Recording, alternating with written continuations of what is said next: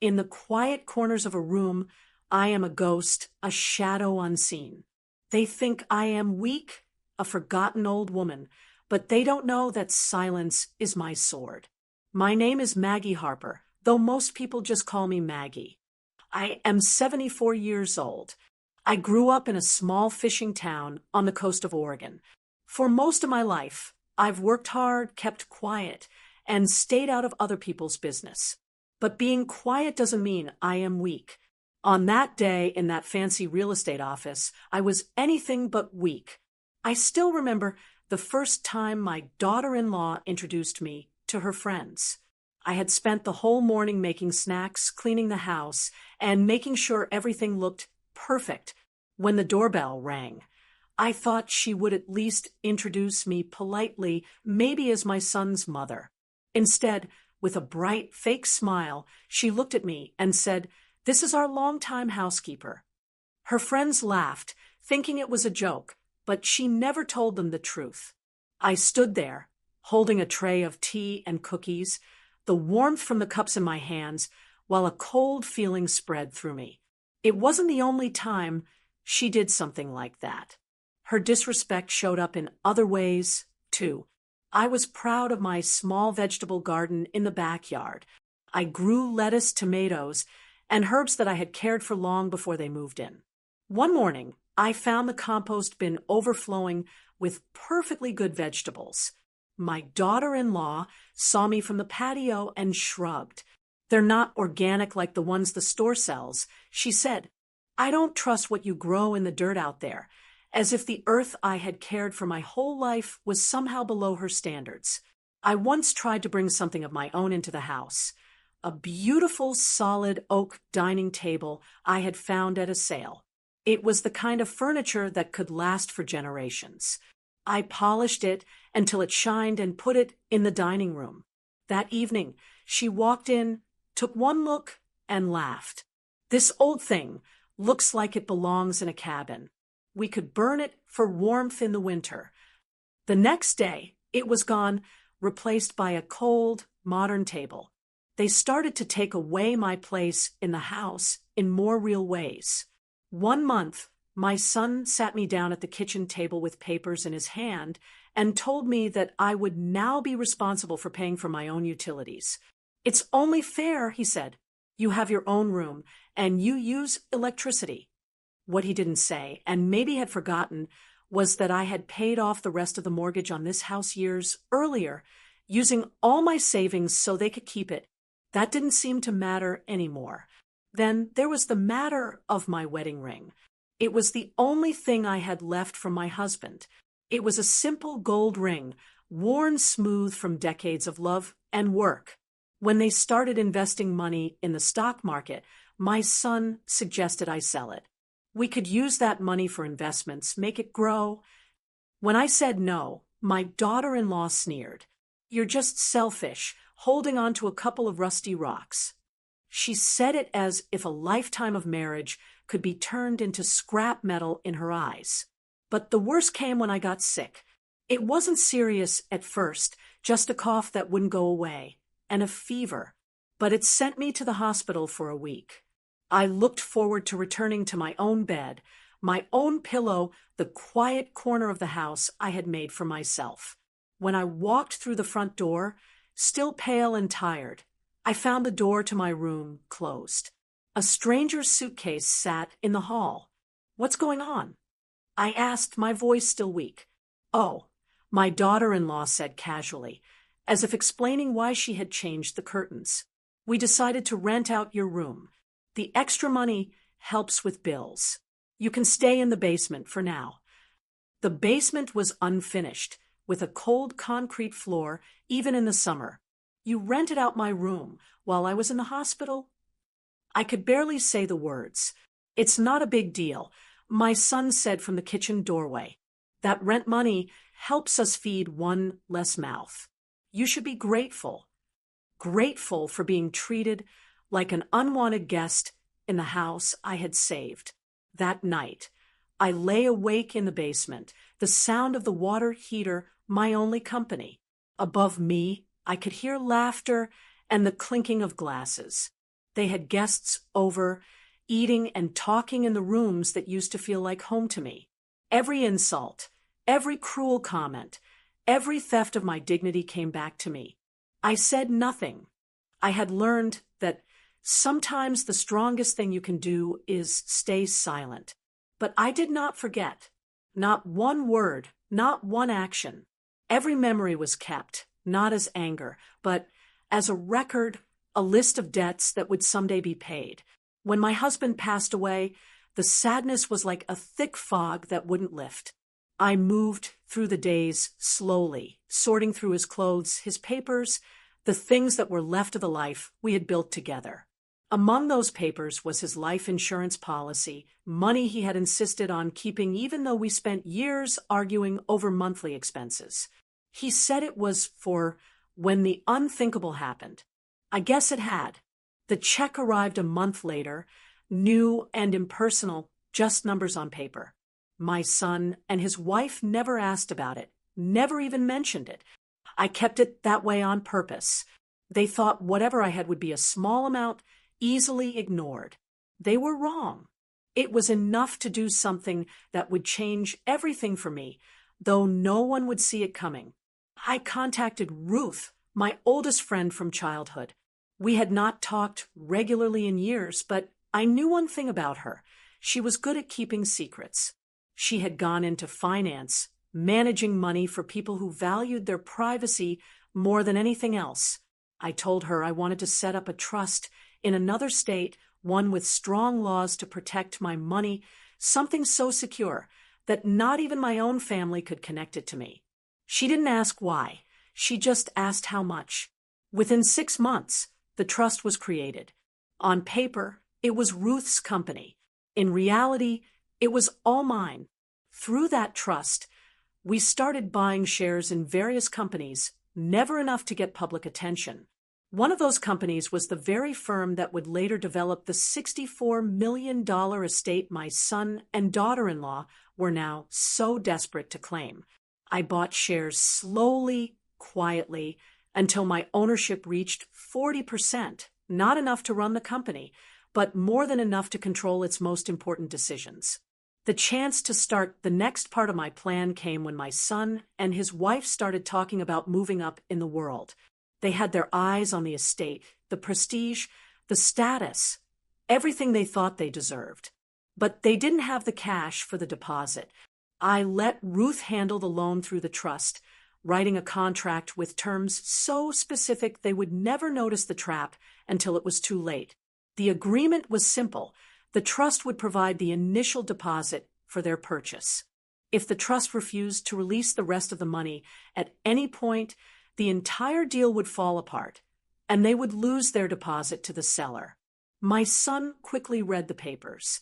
My daughter-in-law pretended to read them, but neither of them saw the hooks hidden in the language. Why would they?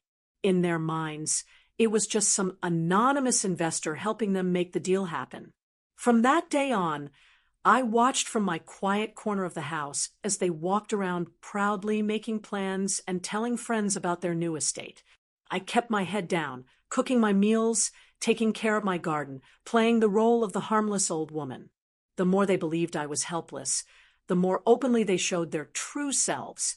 Every greedy thought, every cruel remark, every smug assumption that I was nothing. Privacy was my shield.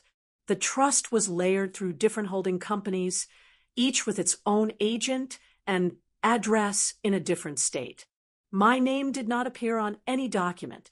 Even if they had the sense to look, they would have found nothing. Ruth handled all the letters and communication. I never touched a piece of paper myself. The shares in the construction company were listed under the trust's name, as was the loan. On paper, I was invisible. What no one in that room could have guessed was that the trust was not just a silent investor. It was the legal owner of the very land the estate was being built on. In every record, the land belonged to the trust, and the trust belonged to me. They thought they were dealing with a greedy financial expert, never realizing that every brick they wanted was already in my hand. And being invisible has its own power. I could sit at the kitchen table while my daughter-in-law boasted on the phone about how the deal was moving forward, how the stupid seller would never see them coming. I could hear my son tell his friends that they'd soon have more space than they knew what to do with, that he might even let me stay in a guest room if I behaved myself. I could listen to them make plans to tear down parts of the house I loved in the promotional photos. And all the while, I knew that none of it would happen without my signature. I played the part so well that sometimes even I almost believed it, that I was just an old woman waiting quietly for life to decide my fate. But late at night, I would sit at my small desk in the basement looking over the monthly reports Ruth sent me.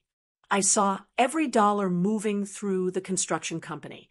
I knew about every delay, every change, every financial problem. And I knew that if I decided not to approve the final release of funds, the whole deal would fall apart like a sandcastle under a rising tide. So I waited. I kept my silence. Let them think I was unimportant. Let them believe they had me pushed into the far corner of their lives. Because when the moment came, and it would, every insult, every cruel remark, every act of greed would be answered, and they would never see it coming until it was far too late. My daughter-in-law's voice turned sweet, the kind of tone she used on waiters when she wanted something for free. She slid a neat stack of papers across the table toward me, her perfectly manicured fingers tapping the top sheet as though she were sharing a secret. "Go on, just sign here quickly," she said, smiling wide enough to show every polished tooth. "That way, your son won't have to worry about any of this boring paperwork."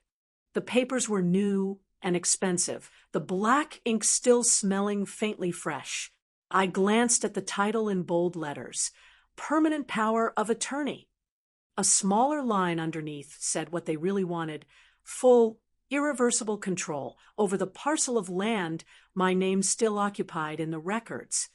In their minds, I was just a placeholder, a signature they needed to clear the last obstacle between them and the estate. I felt my son move closer, his shadow falling over my shoulder. He bent down close enough that I could feel his breath warm against my ear. "If you don't sign," he whispered, his voice low so the others wouldn't hear, "consider this the end of whatever relationship we have left." For a moment, I let my eyes linger on the clean lines of the text, my fingers resting lightly on the corner of the page. Then I turned it over slowly, placed it face down on the table, and folded my hands over it. My eyes met his calm and steady. I did not say a word. The silence spread quickly. The room, once filled with the shuffling of papers and polite murmurs, grew still. The real estate agent's hand hung over his pen, unsure whether to break the moment. Across the table, a lawyer adjusted his glasses, but didn't speak. Even the hum of the overhead lights seemed louder. My daughter-in-law's smile faltered. "It's just a formality," she said, her voice tightening at the edges. "We're all on the same side here." The mortgage broker coughed into his hand, glancing between us like a man watching a storm gather over calm water. My son straightened up, his jaw tightening.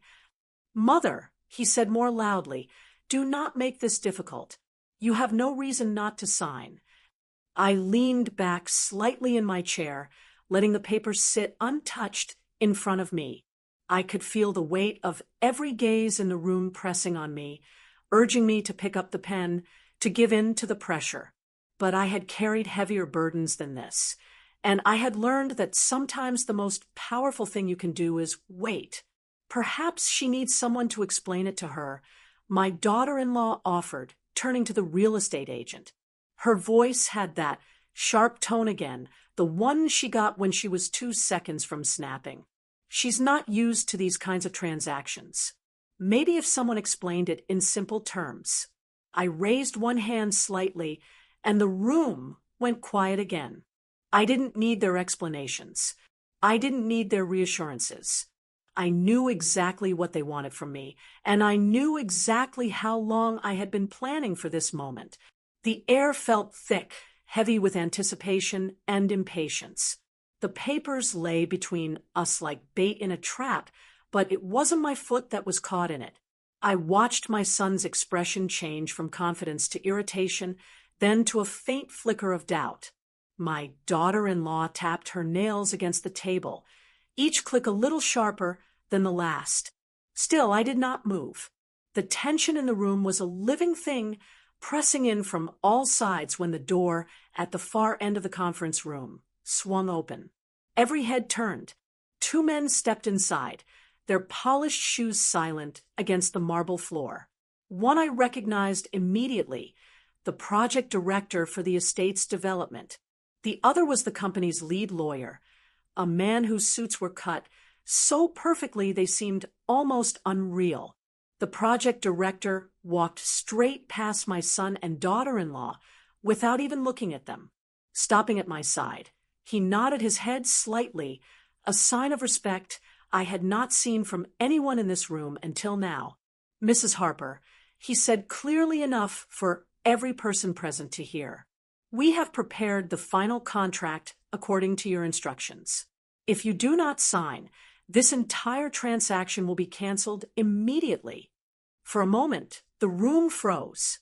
My daughter-in-law's mouth opened, then closed again. Her perfectly shaped eyebrows came together as though she had misunderstood him. According to her instructions, she repeated, her voice getting higher. "What do you mean, her instructions?" The lawyer stepped forward, placing a thin leather folder on the table in front of me. His tone was professional, but there was no mistaking the politeness in his voice. "Mrs. Harper is a co-owner of the development company," he explained evenly, "and the sole legal owner of the parcel of land on which this property is built. Without her signature, no sale can proceed to any buyer, regardless of contract status." The words landed like stones dropped into a still pond. I saw it in my son's eyes first. The confident gleam was gone in an instant, replaced by confusion, then a growing horror. My daughter-in-law turned sharply toward him. "You said she was just on the paperwork, as a formality," she hissed, her voice sharp enough to cut.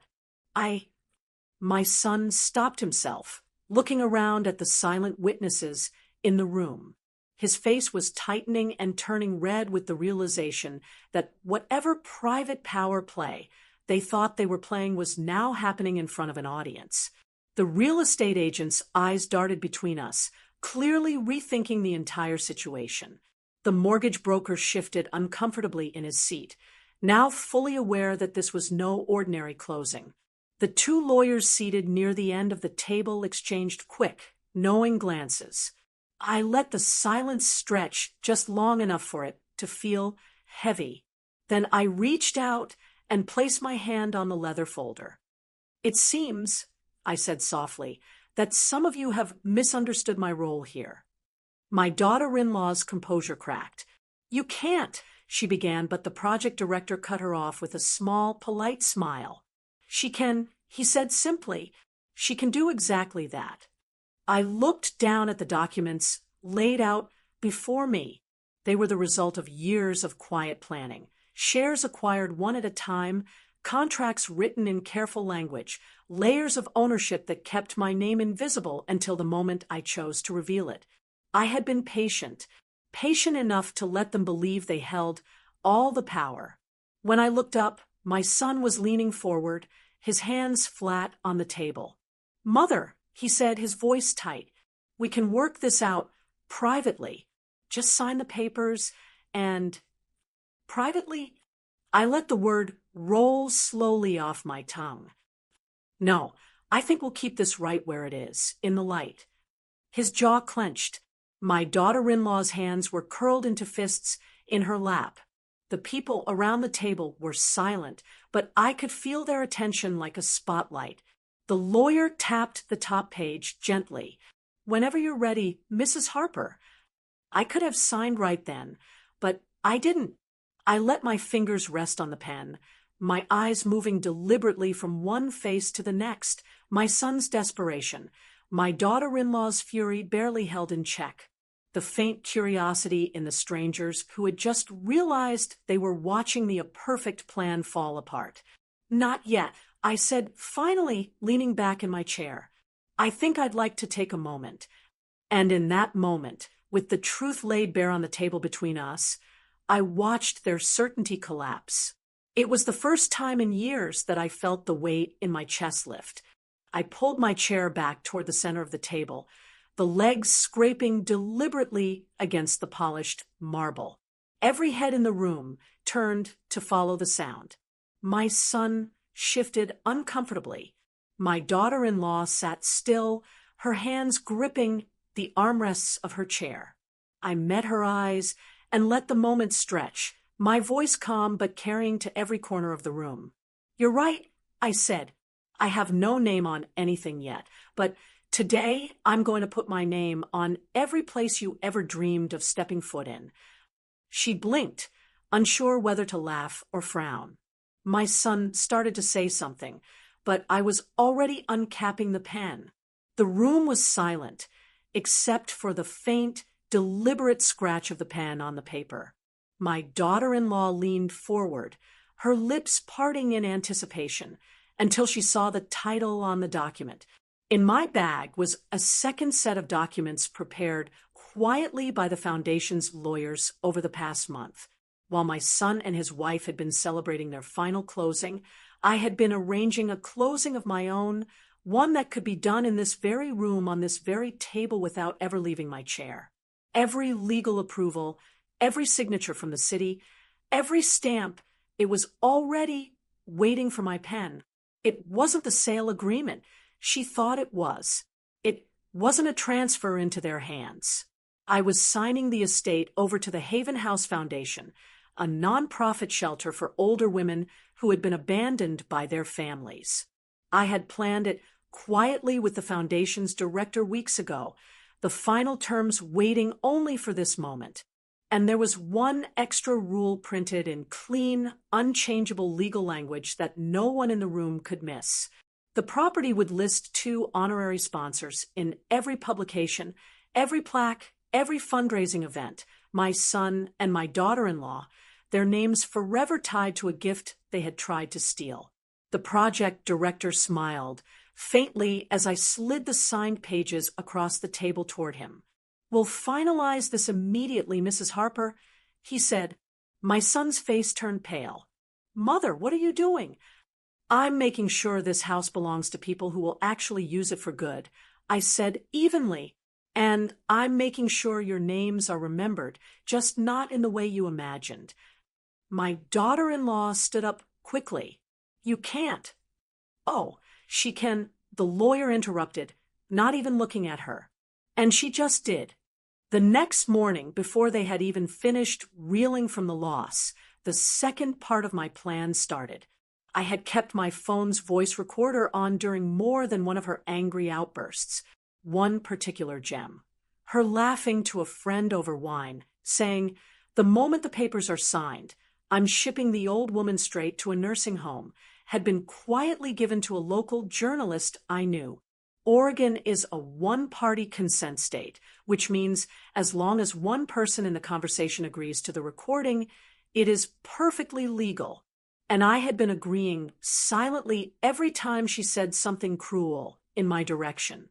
That little line of law made the difference between revenge and a lawsuit, and I was very careful to stay on the right side of it. By noon, the recording was everywhere. Facebook, Twitter, and local news sites. Neighbors they'd smiled at for years were now turning away from them in the grocery store. Their friends stopped calling. The invitations to parties stopped. By the end of the week, the whispers had become open contempt.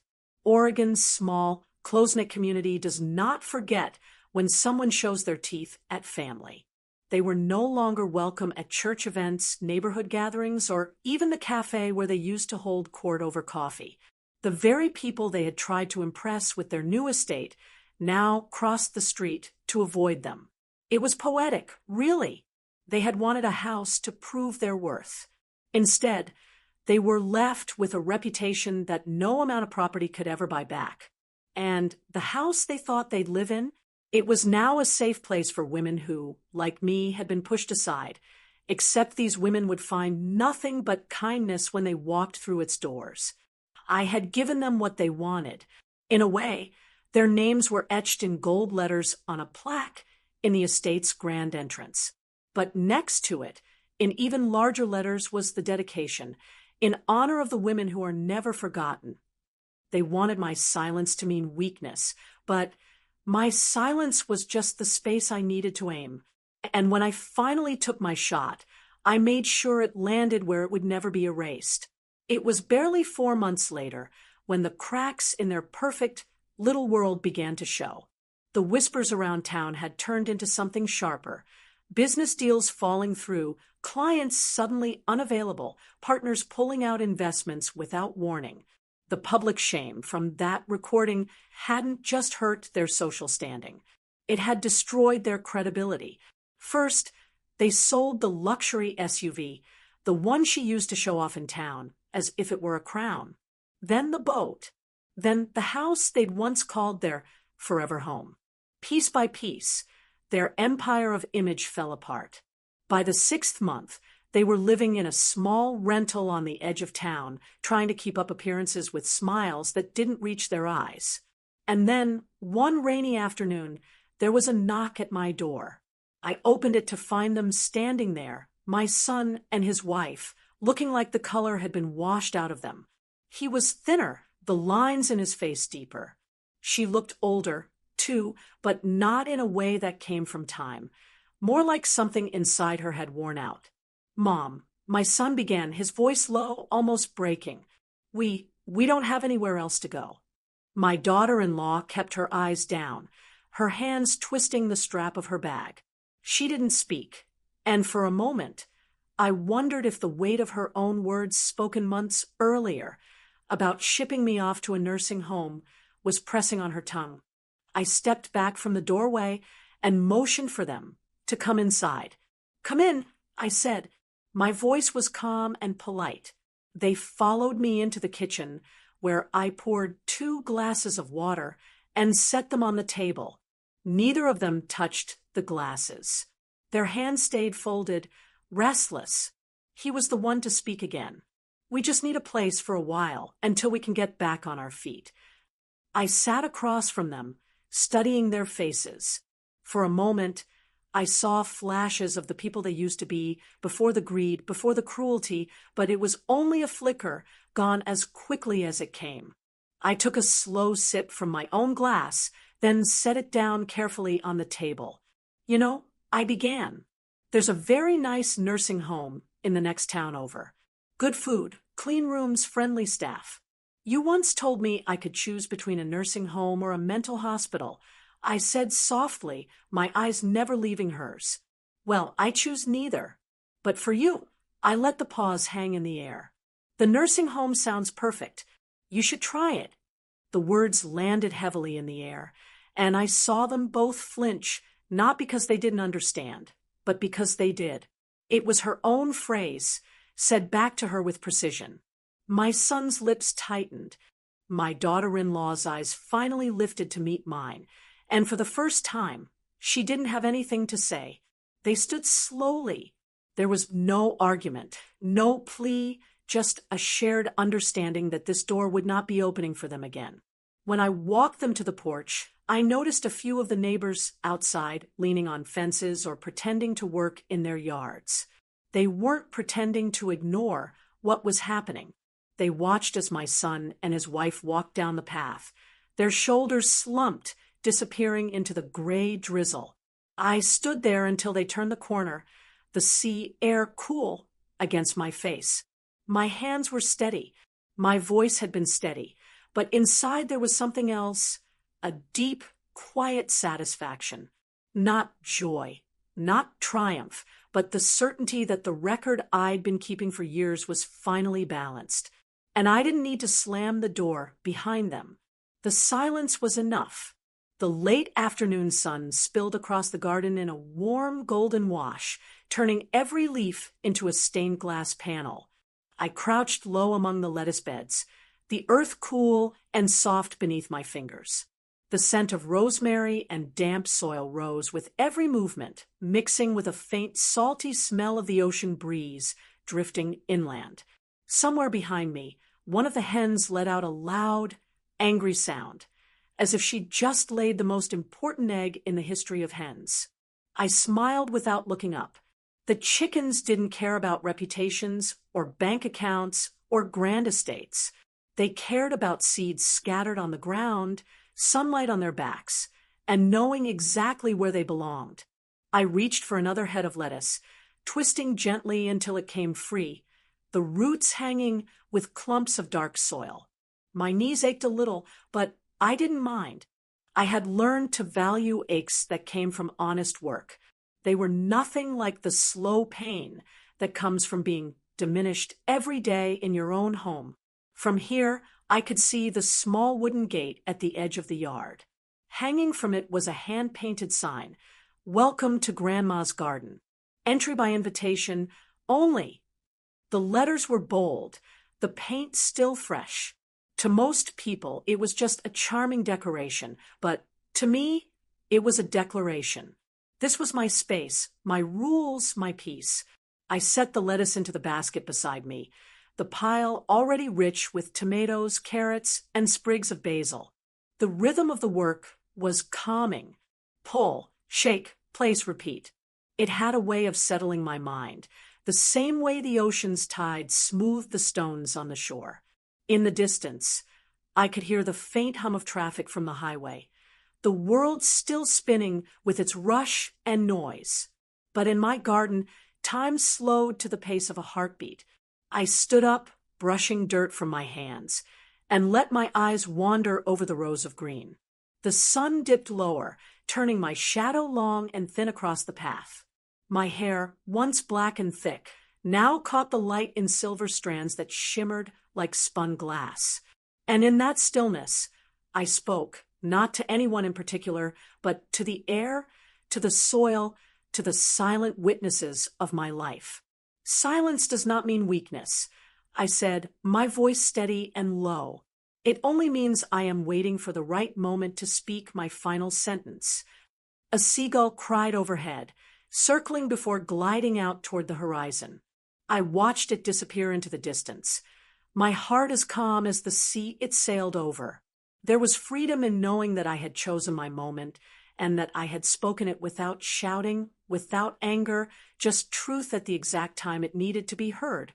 I bent to gather the last few vegetables, my basket now heavy, the scent of fresh greens rising up with the warmth of the day's end. The chickens wandered closer, curious, their soft clucking like a chorus of approval. As I walked toward the gate, I passed the sign again. The words caught the sunlight, glowing for just a moment before the shadows claimed them. Entry by invitation only. It wasn't about keeping people out. It was about knowing who was worth letting in. I opened the gate, the hinges creaking softly, and stepped inside my home. The garden lay behind me, the sea beyond, and the life I had reclaimed all around. For the first time in years, I closed the door without the weight of unfinished battles pressing on my back. Everything that needed to be said had been said. Everything that needed to be done had been done, and the rest was mine. And that, my dears, is how a quiet old woman from Oregon reminded a few people that silence is not giving up. It is a plan. I didn't need to raise my voice, slam my fists, or fight them on their terms. I simply waited. And when the time came, I spoke in the only language they understood, consequences. If you've stayed with me until now, I thank you. These stories aren't just mine. They belong to every woman who has ever been underestimated, dismissed, or pushed into a corner and told she doesn't matter. We matter. And sometimes we write the ending no one saw coming. So if you want to hear more true stories of betrayal, quiet revenge, sacrifice, and justice served with a steady hand, make sure you subscribe to Grandma True Stories. Hit that notification bell so you never miss the next tale from the quietest woman in the room who always remembers.